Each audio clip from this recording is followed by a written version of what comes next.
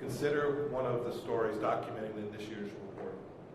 The story of a woman from Venezuela, who all call Melinda. After Maduro came to power, Melinda found herself trapped in poverty and desperate to provide for her family. One day, she met a man.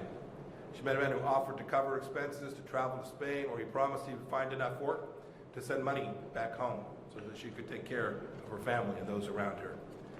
He then forced her into prostitution and threatened to hurt her daughter if she resisted.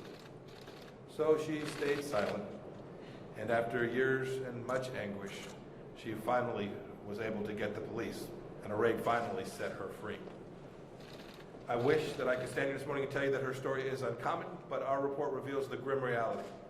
There are 25 million adults and children suffering from labor and sex trafficking all over the world, including in the United States, and indeed in this very city in which we're sitting here today. It's a strain. Human trafficking is a stain as well on all of humanity. We detest it because it flagrantly violates the unalienable rights that belong to every human being. Every person, everywhere, is inherently vested with a profound, inherent, equal dignity. America was founded on a promise to defend those rights, including life, liberty, and the pursuit of justice. But too often we've fallen short, and we cannot fall short on this challenge. Human rights trafficking is not a natural disaster. It's caused by man, and therefore we have the capacity to solve this. And I hope that this report helps each of us know the way to achieve this. You'll see that the focus of the 2019 TIP report is to encourage governments to address forms of human trafficking occurring within their country's own borders. That may seem surprising to many of you. Indeed, I think one of the biggest misperceptions about human trafficking is it's always transnational. It's not the case.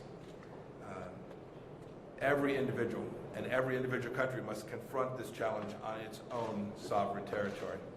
Because in reality, traffickers exploit an estimated 77% of victims in their own home country.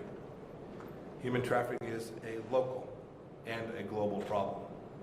Shockingly, many victims never leave their hometowns. I think the focus of this report appropriately reflects that challenge. National governments must empower local communities to identify and address trafficking-specific forms prevalent in the areas in which they live. The report identifies a few success stories too, like Senegal, where the government identified a growing problem of child begging rings, ran campaigns to raise awareness among the public, convicted perpetrators, and provided care to many, many victims. The report commends those countries that have taken action, nations like Senegal as well as Mongolia, the Philippines, Tajikistan, and others. But we also call out those nations that aren't doing enough. Tier 3 designations, the lowest possible designation, given once again to China, Iran, North Korea, Russia, Syria, and Venezuela, among others. A few countries were added to the Tier 3 list, including Cuba. Some of these governments allow human traffickers to run rampant, and other governments are human traffickers themselves. In North Korea, the government subjects its own citizens to forced labor, both at home and abroad, and then uses proceeds to fund nefarious activities. In China, authorities have detained more than 1 million members of ethnically Muslim minority groups in internment camps. Many are forced to produce garments, carpets, cleaning supplies, and other goods for domestic sale. These designations, Tier 1, 2, 3, aren't just words on paper. They carry consequences. Last year, President Trump restricted certain types of assistance to 22 countries that were ranked for Tier 3 in our 2018 TIP report. That action and the message that flows with it is very clear. If you don't stand up to trafficking, America will stand up to you. President Trump has proven this, and he has mobilized our federal government to make human trafficking a true top priority for the United States. This is highly appropriate. Last October, the President hosted and I chaired a meeting of the Interagency Task Force to monitor and combat trafficking in persons. It was the first time that a president had attended a meeting of that task force in its 19 years of existence. The president that day vowed that he would not rest, quote, until we have stamped out the menace of human trafficking once for all.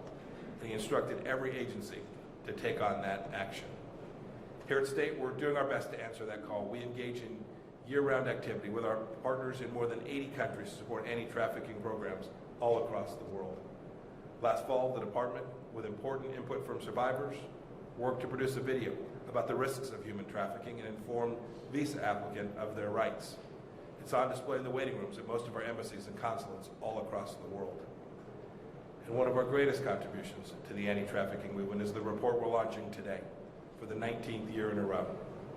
I want to thank Ambassador Richmond and his team for leading the efforts to produce this year's report and all the dedication that his team has shown.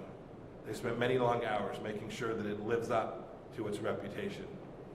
And now that they've completed their work, it's up to the rest of us to ensure that it doesn't just sit on a shelf and collect dust. We must remain steadfast in our twin goals of freedom for every victim and justice for every trafficker.